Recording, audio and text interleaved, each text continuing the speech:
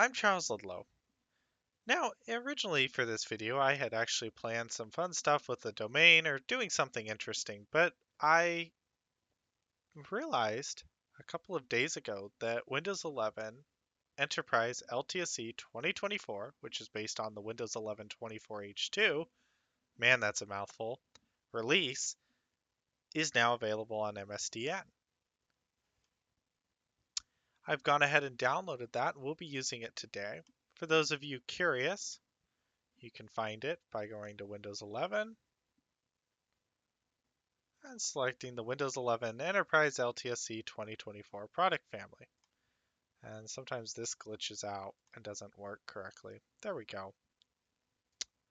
Here's some release notes there if you're interested in reading them.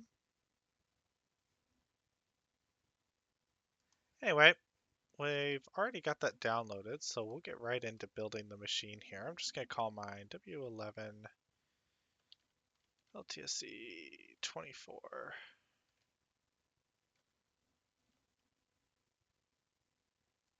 I don't know, what is it? It's 10.4.24 base. Probably rename that to something much simpler later, but there we go.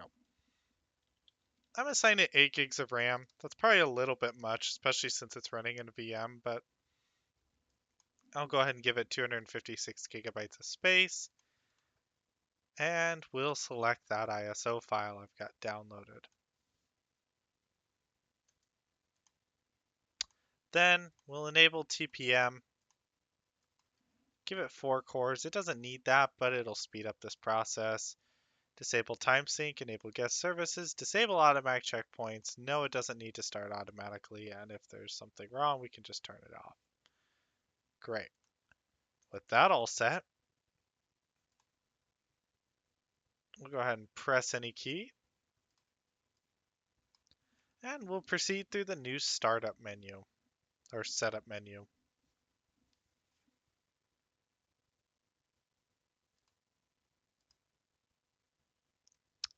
Now you can't get the old version if you just click down here. This is my first time dealing with this. I don't know when they changed over to this, but since I primarily deploy Windows 10 Enterprise LTSC, and most of the environments I've been working in have been waiting for the Windows 11 Enterprise LTSC 2024 release. I haven't had a chance to see this yet, so we'll just select that. It does make us check this box, which is very interesting, because the reason I say that is I agree everything will be deleted, including my files, apps, and settings. It's a very interesting checkbox. We're going to stick with the regular release. The end release just excludes some media components. Looks like this is where it would normally display the license agreement, but a lot of times on MSDN and volume license media, you just get that little block. And here's why I say that's interesting, right? Because if we had a disk here, and already had a second partition, it wouldn't necessarily wipe out everything, I don't believe, unless they've really changed that. For now, we'll select the unallocated space. I may do a separate exploratory video on this new setup. I definitely, one of the things I'm very curious about is the speed of this new setup wizard.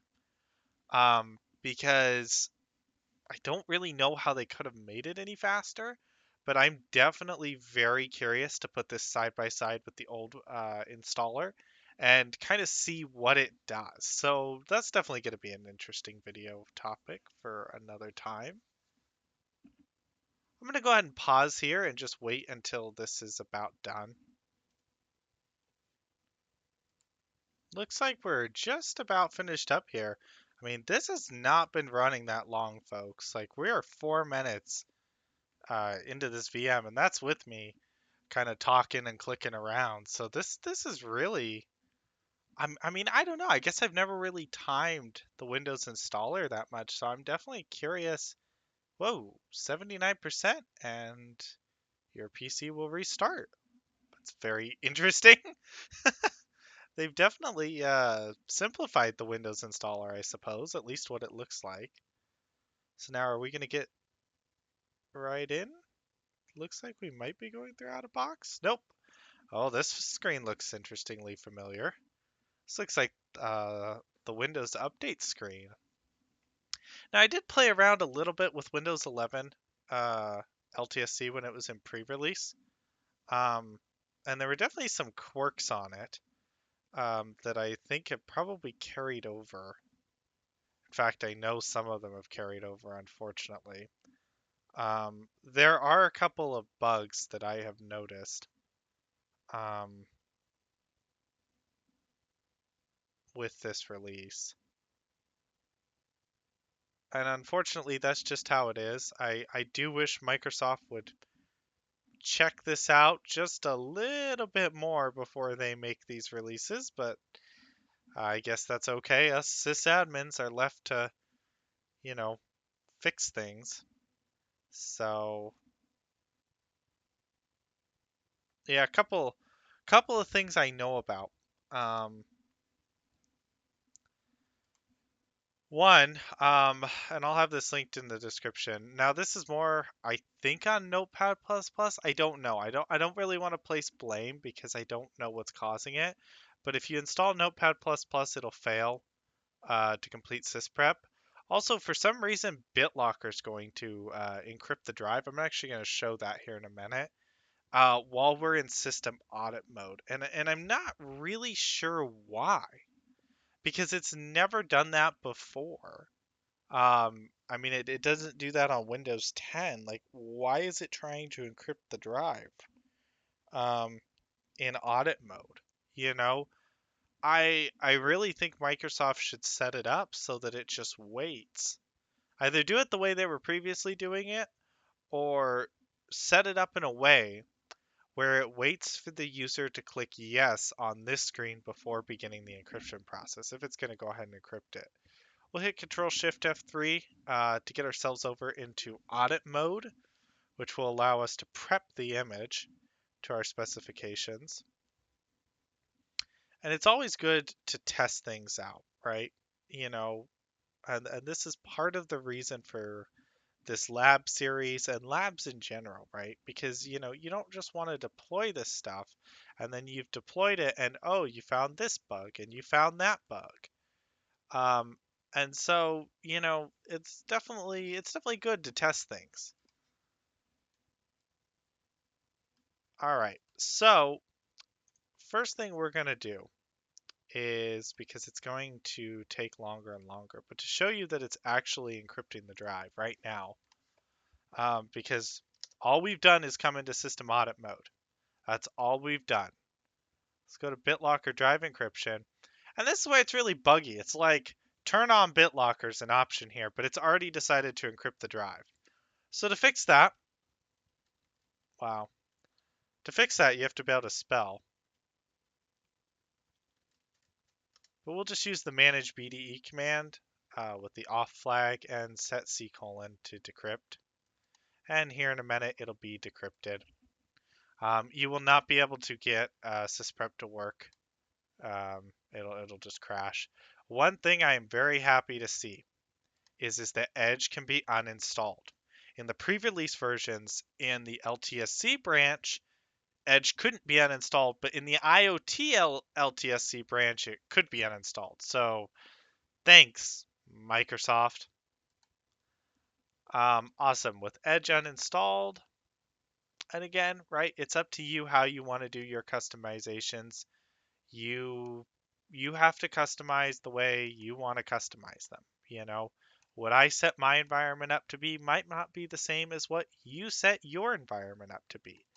It's totally up to you within reason. If you're a sysadmin, then you have to do things the way your organization wants you to do them. Or you may be the one who makes those policies. But for me, I just consider Edge too big of a security risk. Um, just too many easy things to click on. Chrome has kind of gotten a little bit bloated, but it's still pretty clean. Now, we are going to install 7-zip and Notepad++. However, we're going to have to do something to Notepad++. Um, because otherwise it's going to be broken, and it's really sad. Um, that away actually. All right, so now if we attempted to run sysprep at this point, we would actually fail. So one of the things we've got to do, and I believe it's going to be get-appx package, but it might be okay.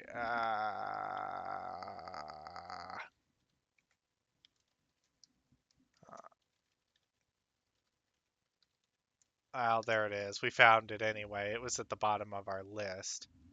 And then we'll just pipe that and do remove appx package. And since it's user level and not system level, that should remove it. And what's interesting about that is Notepad++ will still run perfectly fine. It's installed. I believe that's just has to do with the context menu. When you're, anyway, it doesn't matter.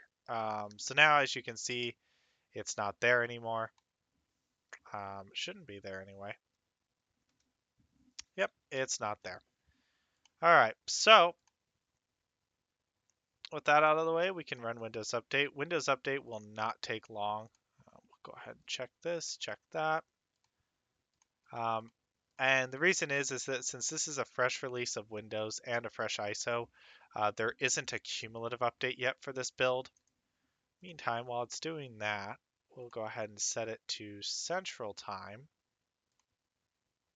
And we should get our clock updated perfect.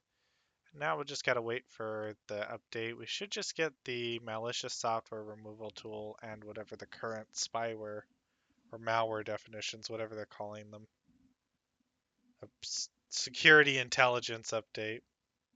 So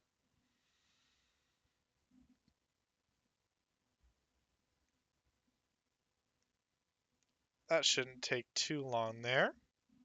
I think I'll go ahead and pause it though. Since I've covered this previously, we'll just let it do its update. All right. It finished updating there. I do have a quick nitpick here, mostly for Microsoft. If this box isn't checked, why do I see this thing? Like, why? Anyway, with that out of the way, we will perform one final restart of the system. It's always good when you're prepping base images to always reboot one final time, just to make sure that if there were any pending changes to system files, what have you, that they are completed by the operating system prior, because otherwise you can get into weird broken sysprep states. Now, one thing we are going to double check here real fast. I don't believe Notepad++ will come back now. Oh, how very interesting. It did come back. Okay, that's definitely going to be a problem. And this was not an issue on Windows 10. I'm not quite familiar on what the problem is that causes sysprep to fail out. I just know that it's going to fail. BitLocker is off. Is it there now? Okay. Let's go ahead and hit sysprep up and just see. Oh, that's right. That only works. Never mind. It's already open anyway. Okay. Let's see if it can complete itself. And no. It still failed to sysprep. How interesting. Oh, wait. Never mind. I spoke too soon. I spoke too soon. So it can complete the sysprep. Interesting. You just have to remove that Notepad++ package right before you hit the sysprep. Again, you could always just not have Notepad++, but I do like it in my images.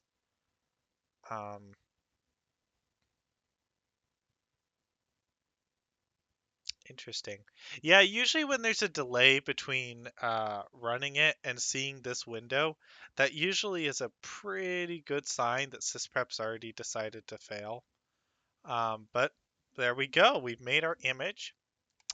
And unlike our previous videos, we are actually going to go ahead and make a VM out of this because I am super curious how this turned out. I did not really follow my naming structure here. That's okay. There we go. I guess we could just call this 2024. Oopsies. I do like to generally keep them named the same. There we go. Awesome. So we'll delete our VM and Hyper-V. We'll make our child differencing disk. Forgot to copy the name there. Okay.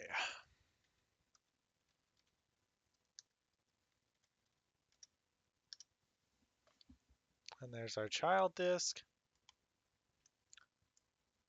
And how about we just call it qts-ws2.corp.qtslabs.com.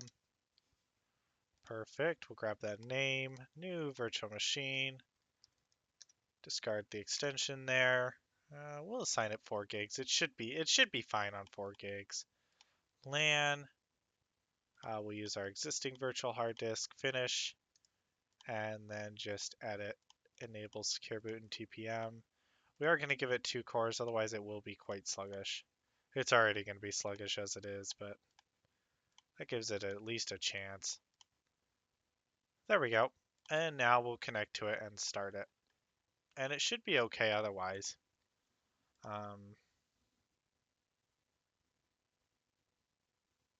Yep, it's expanding just like it should. How big did that image out? Wow, this is very interesting. It's actually kind of nice. Windows 11 actually came out a little bit smaller. That's awesome.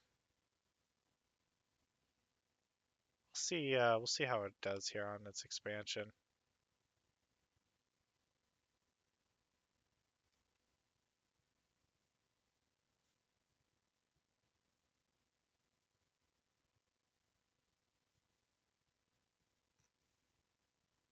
Hopefully it'll keep going here, otherwise I might pause the video.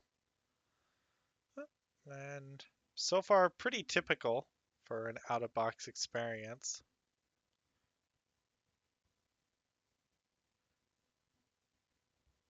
Yep, and we're back at just a moment, just like as if we had come out of that installer. Except for we've already got a little bit of a head start there on updates and on applications being installed.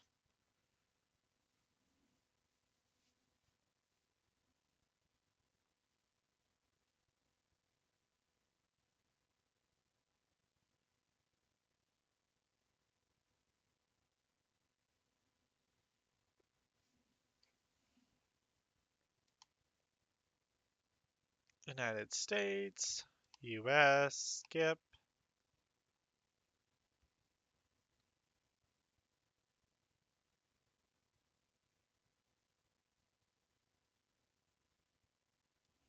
Now you shouldn't have any updates at all.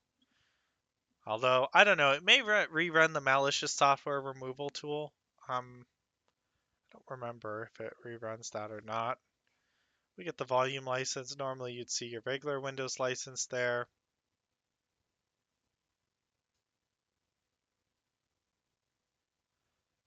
Now, thankfully, I cannot speak to the regular consumer versions, but thankfully, if you wanted to sign into Azure AD, you'd sign in there. But we can hit domain join instead and still be able to use an offline domain. We'll create our QTS local admin account. We're not going to set a password right now because it'll force us to do security questions. We don't need to send any of that data, so we'll just turn it off.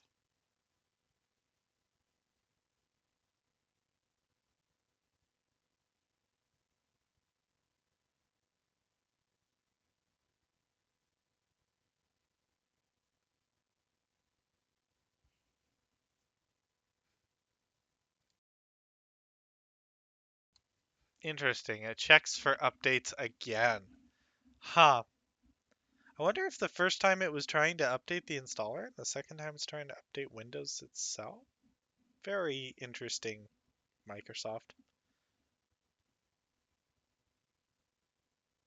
And other than potentially rerunning the malicious software removal tool, it shouldn't have any updates because we literally just built this image 5 minutes ago.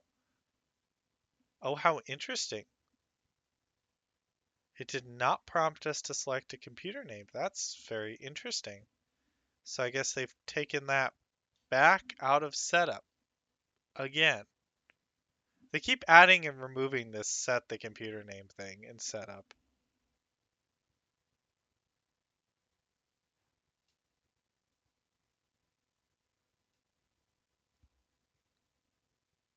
I do wish they would get rid of this screen. I really wish it would just show the welcome with the little circle animation, which you can enable with the group policy, but by default it's not enabled.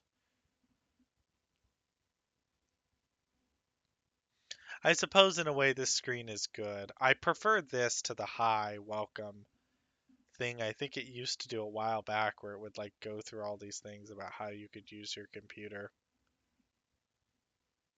I suppose this is better for displays though in general. We may have to pause the video here. I'll give it another minute or so, see if it gets done with whatever it's doing, but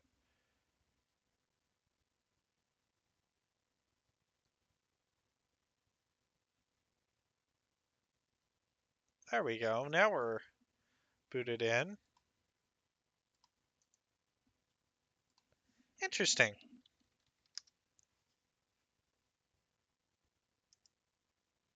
For those of you who are going to be curious, that's WinVer for you. So the Edge web view runtime comes in, which depending on your environment, you may or may not need it. If you're running the new version of Teams, you will need the Edge web view runtime thing, which I don't know. This one doesn't bother me as much. I do sometimes install it. I will uninstall it on servers though. But on clients, I don't really care if it's present. I just don't like the main Edge browser. Otherwise, it's held on to everything. Now, I am a little bit curious about Notepad++, because we did have to remove it. Okay, cool. I think I am curious about whoopsies. I don't know why I'm doing it that way. I'll do it this way. I am definitely curious. I am playing around with this a little bit more than I normally would for a video, but I am very curious. Get dash app x package name star notepad plus plus. Did it reinstall itself? Okay, that's good. It actually reinstalled itself. Very good. Very nice. So it does actually reinstall itself, which is perfectly fine. As long as it doesn't affect the Windows sysprep, I don't really care. And it does have its context menu back. So, okay, that's very good. Um, let's see here. See if we can join this to the domain here. About. I don't know why they always hide this stuff. Okay, thank you, Microsoft. Thank you. Thank you. This is the way you join a computer to the domain. It's so much simpler. Corp.qtslabs.com, and we'll enter an authorized account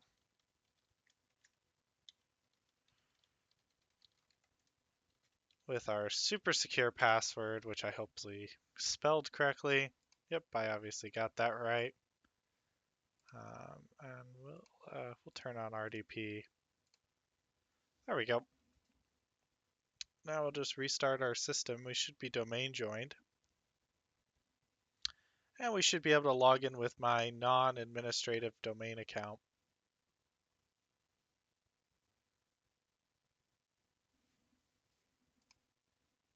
So let's go ahead and give that a try.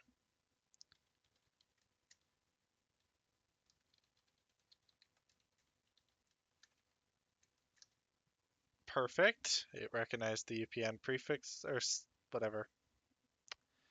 I did forget to fix the GPO on this, so it's or show how to. I guess I haven't shown how I do that GPO yet.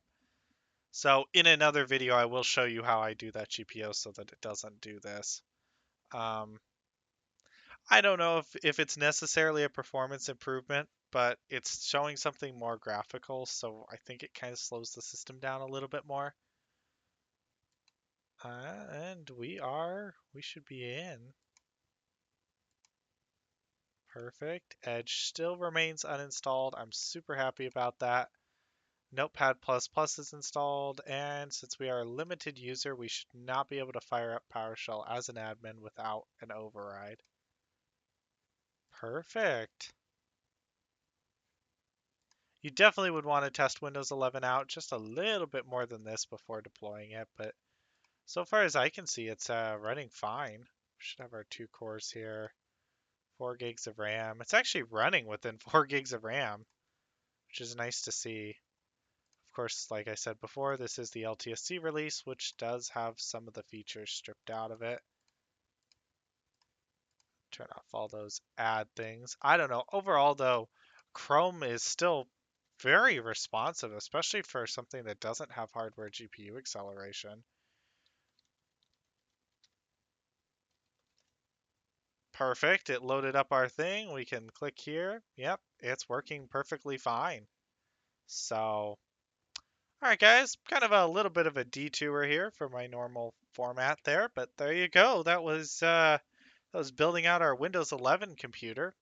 I hope you enjoyed, and I'll see you in the next video.